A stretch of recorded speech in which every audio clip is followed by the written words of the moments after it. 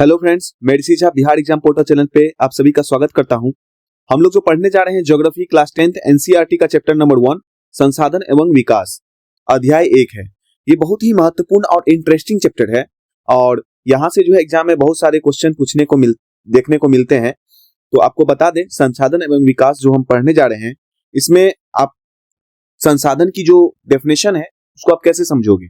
तो हम सभी जानते हैं, संसाधन की अगर बात करें, पर्यावरण में मौजूद वे वस्तुएं जिनका उपयोग मनुष्य अपनी आवश्यकताओं को पूरा करने के लिए करता है, तो वो संसाधन होते हैं। तो उसमें से क्या क्या होते हैं, तो हम सभी जानते हैं जो हम अपने दैनिक जीवन में क्या क्या संसाधन का उपयोग करते हैं।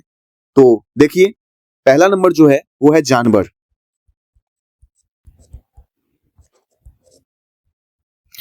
उसके बाद यहां पे आप जानते हैं जंगल, ये भी एक संसाधन है। यहां आप देख रहे हो ये क्या है, हवा। यहां आप देख रहे हो ये क्या है, मिट्टी। ये सभी संसाधन है। और ये जो देख रहे हो ना आप, पानी। और ये सभी मिलकर के, ये जो आप देख रहे हो ना, ये सभी मिलकर के संसाधन का निर्माण करते हैं।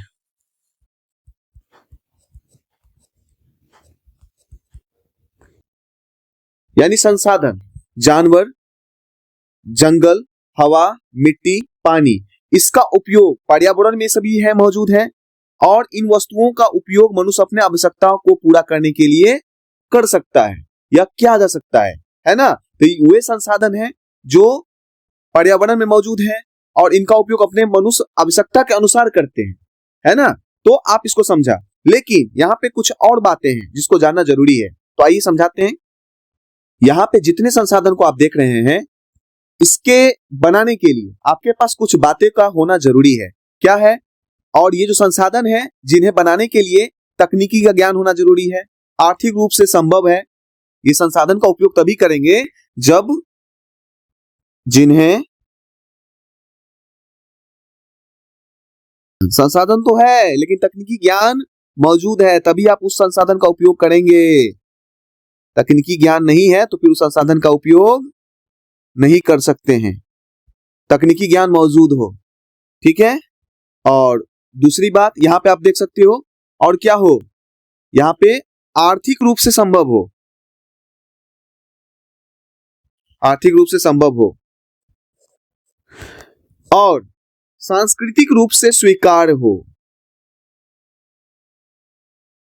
यानी आप यहां पे जान लीजिए, संसाधन, जितने संसाधन को आपने देखा, जानवर, जंगल, हवा, मिट्टी, पानी, ये सभी संसाधन है, लेकिन इसका उपयोग तभी आप कर सकते हैं जब आपके पास क्या हो, जिन्हें बनाने के लिए आपके पास तकनीकी की ज्ञान मौजूद हो, आपके आर्थिक रूप से संभव हो, सांस्कृतिक रूप से स्वीकार्य हो, तभी आप इन संसाधनों का उपयोग कर सकते हैं, ठीक है। तो इसकी जो परिभाषा है, आप क्या लिखोगे, संसाधन के बारे में आप क्या लिखोगे। चलिए इस संसाधन के बारे में हम लिखते हैं, ठीक है। संसाधन एवं विकास की अगर बात करें तो संसाधन यानी पर्यावरण में मौजूद हुए वस्तुएं जिनका उपयोग मनुष्य अपने आवश्यकताओं को पूरा करने के लिए कर सकता है। तो यहाँ पे जानवर, जंगल, हवा, मिट्टी, पानी, सभी की जरूरत होती है और सभी का जरूरत जो है हम लोग अपने आवश्यकता के अनुसार करते हैं, है ना, जिसे हम क्या कहते हैं, संसाधन कहते हैं। और देखिए, संसाधन का उपयोग तभी कर सकते हैं जब आप जिन्हें बनाने के लिए तकनीक मौजूद हो, आर्थिक रूप से संभव हो, सांस्कृतिक रूप से ये स्वीकार्य हो, सांस्कृतिक रूप से क्या हो, स्वीकार हो। तो संसाधन के बारे में आप क्या लिखोगे, संसाधन के बारे में हम लिखोगे, क्या लिखोगे, देखो, वे सभी वस्तुएं, पदार्थ या क्षमताएं जो हमारे पर्यावरण में उपलब्ध होती है और मानवीय जरूरतों व इच्छाओं को पूरा करने के लिए तकनीकी रूप से सुलभ, आर्थिक रूप से उपयोगी और सांस्कृतिक रूप से मान्य होती है, जैसे भूमि, जल, खनिज, वन, वायु और मानव निर्मित वस्तुएं, जो कुछ भी हमारे काम आता है और हमारी जरूरतों को पूरा करता है, वो संसाधन है, सिंपल सी भाषा में। तो आपको समझ में आ गया होगा, कोई दिक्कत नहीं होगा, ठीक है। तो चलिए आगे हम लोग बढ़ते हैं। यहां तक कोई दिक्कत हम उम्मीद करते हैं आपको नहीं हुआ होगा। चलिए आगे देखते हैं। अब इस डायग्राम को आप देख रहे हैं, यहां पर जो है क्या आप देख रहे हैं कि प्रौद्योगिकी, भौतिक पर्यावरण, प्रकृति, है ना, और संस्थाएं, इस दोनों के मध्य जो है मानव है, इस दोनों के मध्य क्या है, मानव है। ये क्या दिखा रही है कि प्राकृतिक प्रौद्योगिकी संस्था के मध्य अंतर संबंध को दर्शा रहा है। किसको दर्शा रहा है, प्राकृतिक प्रौद्योगिकी और संस्थाओं के मध्य अंतर संबंध को दर्शा रहा है, अंतर संबंधों को। तो क्या दर्शा रहा है, जैसे कि आप देख रहे हो प्रौद्योगिकी आपके पास है ना, तो प्रौद्योगिकी का संबंध किससे है, पर्यावरण से है। अब पर्यावरण से जो है संस्थाएं का है, यानी प्रौद्योगिकी प्राकृतिक और संस्थाएं एक दूसरे पर निर्भर है। प्रौद्योगिकी करके आप क्या करोगे, प्रौद्योगिकी प्राकृतिक जो संसाधन है ना, और यहाँ पे आप जो देख रहे हो संस्थाएं, मानव प्रौद्योगिकी के माध्यम से प्राकृतिक के साथ क्या करता है, अंतःक्रिया करता है और आर्थिक विकास में तेजी लाने के लिए संस्थाओं का विकास करता है। यहां से प्रौद्योगिकी के लिए क्या करता है, पर्यावरण के साथ अंतःक्रिया करता है और आपको बता दें अपने आर्थिक विकास में तेजी लाने के लिए संस्थाओं का जो है ये विकास करता है। तो इसको कुछ 2-3 पॉइंट में हम आपको लिख के बता दे रहे हैं, जो छोटा सा पॉइंट है हमारे एनसीईआरटी में डायग्राम से इसको समझाया है, ठीक है। तो इसके बारे में 2-3 बातें हैं जो आपको हम लिख देते हैं। जैसे कि पहला जो पॉइंट है हम लिखेंगे, क्या लिखेंगे, आइए देखते हैं।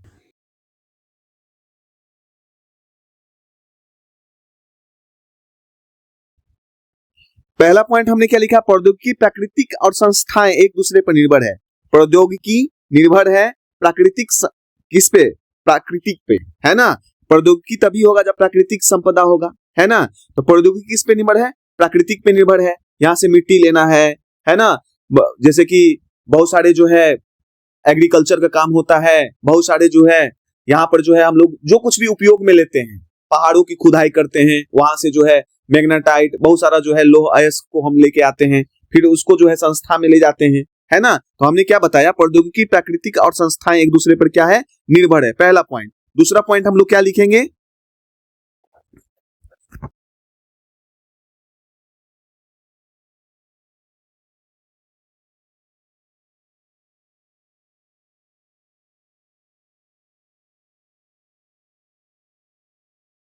यहां पे देखिए ध्यान दीजिए, मानव प्रौद्योगिकी के मध्य से प्राकृतिक के साथ अंतःक्रिया करता है। मानव प्रौद्योगिकी के माध्यम से प्राकृतिक के साथ अंतःक्रिया करता है तथा अपने आर्थिक विकास में तेजी लाने के लिए संस्थाओं का विकास करता है, और अपने आर्थिक विकास को, है ना, तेजी लाने के लिए संस्थाओं का विकास करता है। तो समझ गए, तो मतलब प्रौद्योगिकी, भौतिक, पर्यावरण, प्राकृतिकी, है ना, और संस्थाएं, इसके मध्य जो है मानव का संबंध है, ठीक है। मानव जो है इसके मध्य में है, और यहाँ पर जो है प्रौद्योगिकी, भौतिक, पर्यावरण, प्रकृति, है ना, प्रकृति और संस्थाएं, ये दोनों क्या है, आपस में जो है मानव प्रौद्योगिकी के माध्यम से प्रकृति के साथ अंतःक्रिया करता है तथा अपने आर्थिक विकास में तेजी लाने के लिए संस्थाओं का क्या करता है, विकास करता है। तो यहां तक समझने में कोई दिक्कत नहीं होगा, ठीक है। तो ये प्राकृतिक प्रौद्योगिकी और संस्थाओं के बीच मध्य अंतर संबंध को दर्शाता है ये डायग्राम, ठीक है। तो यहां तक आपको समझ में आया।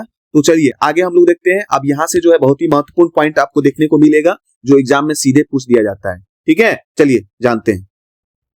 अब जो आगे हम लोग देखने जा रहे हैं वो है, क्या देखने जा रहे हैं, संसाधनों का वर्गीकरण। क्या देखने जा रहे हैं, संसाधनों का वर्गीकरण। संसाधनों की जो वर्गीकरण है ना, ये जो वर्गीकरण आप देख पा रहे हो, ये जो है इसको 4 वर्गों में बांटा गया है, ठीक है।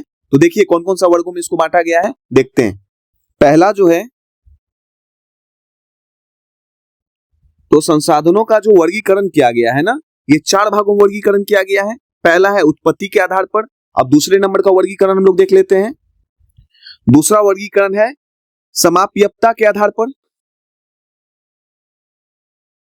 तीसरा वर्गीकरण है स्वामित्व के आधार पर, स्वामित्व के आधार पर। और लास्ट जो चौथा वर्गीकरण है विकास के स्तर के आधार पर, है ना। तो यहाँ पे आप क्या देखा कि संसाधनों का वर्गीकरण, संसाधनों को प्रायः 4 वर्गों में बांटा गया है। पहला जो है वो क्या है, उत्पत्ति के आधार पर। दूसरा है समाप्यता के आधार पर। तीसरा है स्वामित्व के आधार पर। और चौथा है विकास के आधार पर। तो हम सभी एक एक करके सभी जो है वर्गीकरण को समझेंगे। तो पहला जो वर्गीकरण किया गया है उत्पत्ति के आधार पर, तो इस पहले नंबर वर्गीकरण को हम लोग जानते हैं, मतलब उत्पत्ति के आधार पर जो किया गया है उसको समझते हैं। तो आइए जानते हैं। उत्पत्ति के आधार पर संसाधन को 2 भागों में बांटा गया है। 2 भागों में जो बांटा गया है उत्पत्ति के आधार पर, तो पहला जो भाग है जिसे हम लोग कहते हैं, क्या कहते हैं, आइए, जैव संसाधन। दूसरा है अजैव संसाधन। जैव संसाधन, अजैव संसाधन। तो जैव संसाधन क्या है, आइए जानते हैं। तो जैव संसाधन की अगर हम बात करें तो जैव संसाधन क्या होता है, तो हम सभी जानते हैं जैव संसाधन वे प्राकृतिक संसाधन हैं जो जीव मंडल से प्राप्त होते हैं और जिनमें जीवन होता है। तो आइए इसको लिखें।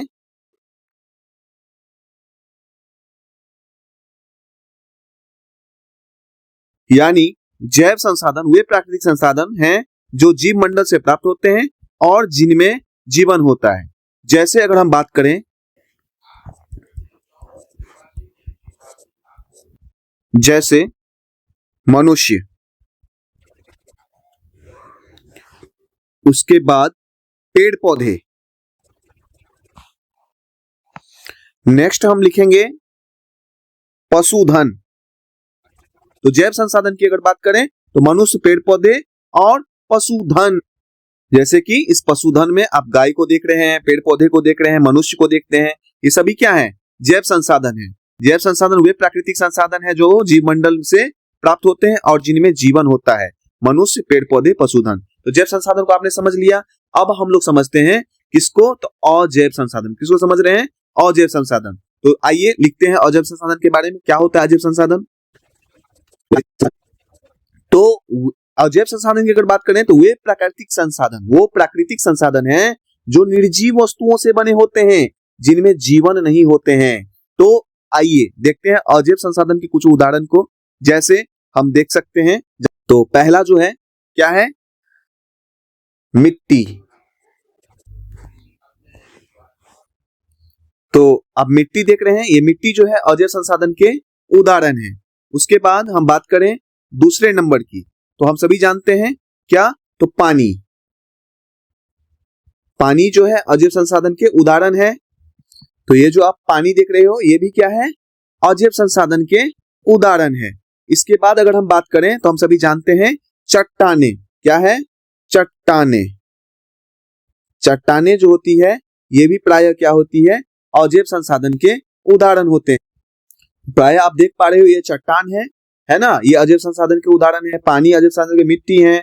उसके बाद आप लिख सकते हैं, क्या लिख सकते हैं, तो हम सभी जानते हैं धातु। धातु भी जो है, धातु ये भी जो है अजैव संसाधन के क्या है, उदाहरण है। तो प्रायः क्या होते हैं, धातु अजैव संसाधन के उदाहरण होते हैं। तो यहां पर आपने क्या देखा, जैव संसाधन, अजैव संसाधन। एक बार हम इसको रिवाइज कर लेते हैं जो भी हमने पढ़ा है यहाँ पे। जैव संसाधन, अजैव संसाधन की अगर बात करें तो जैव संसाधन वो प्राकृतिक संसाधन है जो जीव मंडल से प्राप्त होते हैं और जिनमें जीवन होता है। जैसे मनुष्य, पेड़ पौधे, पशुधन। मनुष्य, पेड़ पौधे और पशुधन। उसी तरह अजैव संसाधन की अगर बात करें, वे प्राकृतिक संसाधन है जो निर्जीव वस्तुओं से बने होते हैं जिनमें जीवन नहीं होते हैं। जैसे मिट्टी, पानी, चट्टाने और धातुएं, है ना। और भी होते हैं जैसे कि खनिज होते हैं, पानी होता है, हवा होता है। ये सभी क्या होते हैं, अजीब संसाधन होते हैं, सभी जीवों के लिए आवश्यक है ना। ये जो है ये पृथ्वी के भौतिक घटक हैं और सभी जीवों के लिए क्या है, आवश्यक है, लेकिन जीवन रहित होते हैं। ठीक है। अजैव संसाधन निर्जीव पदार्थ होते हैं जो पृथ्वी के अजैव घटकों जैसे मिट्टी, पानी, हवा से प्राप्त होते हैं। समझ गए? तो यहां तक आपको कोई दिक्कत नहीं होगा। तो उत्पत्ति के आधार पर जो है जैव संसाधन, अजैव संसाधन का वर्गीकरण हमने देखा। उत्पत्ति के आधार पर दो टाइप्स के होते हैं। तो उत्पत्ति के आधार पर हमने समझा। चलिए नेक्स्ट देखते हैं। तो दो प्रकार क्या क्या होता है, तो पहला जो प्रकार होता है इसका नवीकरणीय योग संसाधन।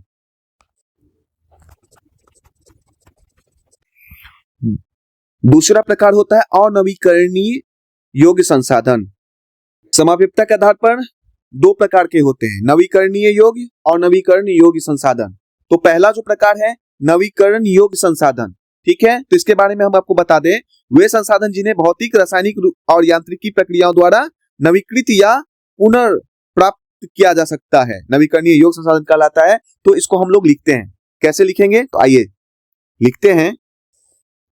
तो हमने क्या देखा, वे प्राकृतिक संसाधन है जो प्राकृतिक प्रक्रियाओं द्वारा उपयोग करने के बाद खुद को तेजी से भर लेते हैं और कभी खत्म नहीं होते हैं, यानी नवीकरणीय योग्य संसाधन कहलाते हैं। यानी वे संसाधन जिन्हें भौतिक, रासायनिक और यांत्रिकी प्रक्रियाओं द्वारा नवीकृत या पुनर्उत्पादित किया जा सकता है, नवीकरणीय योग संसाधन कहलाते हैं। इसके कुछ उदाहरण हैं, इसके कुछ उदाहरण हैं। जैसे अगर हम बात करें, इसके कुछ उदाहरण की अगर हम बात करें तो पहले उदाहरण की बात करते हैं, जैसे कि सौर ऊर्जा का बात करते हैं। सौर ऊर्जा,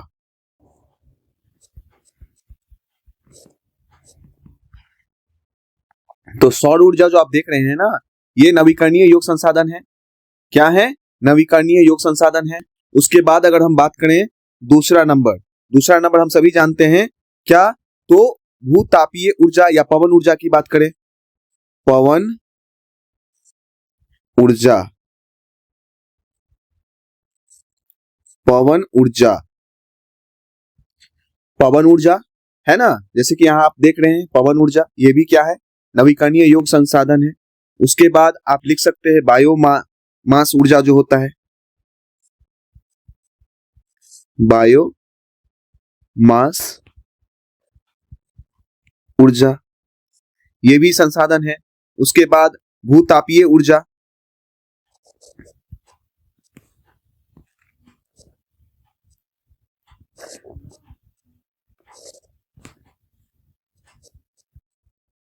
भूतापीय ऊर्जा, ये सभी क्या है? ये सभी क्या है? नवीकरणीय ऊर्जा, मतलब नवीकरणीय योग संसाधन है। क्या है? नवीकरणीय योग संसाधन।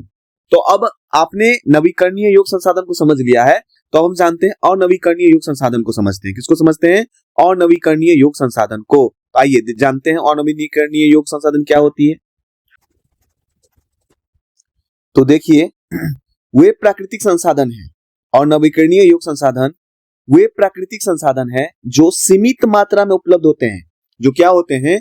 सीमित मात्रा में उपलब्ध होते हैं, और एक बार उपयोग करने के बाद प्राकृतिक प्रक्रियाओं द्वारा इतनी जल्दी फिर से नहीं बन पाते कि उनका भरपाई हो सके। और क्या होता है कि एक बार उपयोग जब हो जाता है ना, तो प्राकृतिक प्रक्रियाओं द्वारा इतनी जल्दी नहीं फिर से बन पाता कि उनका भरपाई हो सके। वे प्राकृतिक संसाधन है जो सीमित मात्रा में उपलब्ध होते हैं, और एक बार उपयोग करने के बाद प्राकृतिक प्रक्रियाओं द्वारा इतनी जल्दी फिर से नहीं बन पाते कि उनका भरपाई हो सके। यानी आप समझ गए होंगे, वे संसाधन जो एक बार उपयोग होने पर तुरंत नवीकृत या पुनर्जीवित नहीं होते हैं, और जिन्हें पुनर्जीवित होने में लाखों वर्ष लगते हैं, और हम इन्हें क्या कहते हैं? अनवीकरणीय संसाधन कहते हैं। हजारों वर्ष, लाखों वर्ष इनको बनने में लग जाते हैं। तो इसके कुछ उदाहरण को हम लोग समझते हैं। आइए, जैसे कि इसके कुछ उदाहरण हैं, जैसे हम आपको बता दें, लिखते हैं यहां पर। जैसे अगर बात करें तो कोयला, क्या है? कोयला, ये जो आप देख रहे हो ना, कोयला क्या है? एग्जाम्पल है अनवीकरणीय संसाधन का। उसके बाद हम लिख सकते हैं, कोयले के बाद हम लिख सकते हैं, क्या लिख सकते हैं? पेट्रोलियम। क्या लिख सकते हैं? पेट्रोलियम।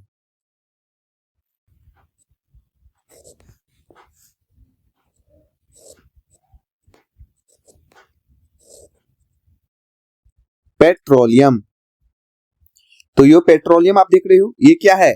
और नवीकरणीय योग संसाधन के उदाहरण है। उसके बाद नेक्स्ट जो उदाहरण आपको हम बता दें, ये है प्राकृतिक गैस, जिसे हम जीवाश्म ईंधन कहते हैं। क्या होता है? प्राकृतिक गैस, प्राकृतिक गैस, ये जो है अनवीकरणीय योग संसाधन है। प्राकृतिक गैस क्या है? अनवीकरणीय योग संसाधन।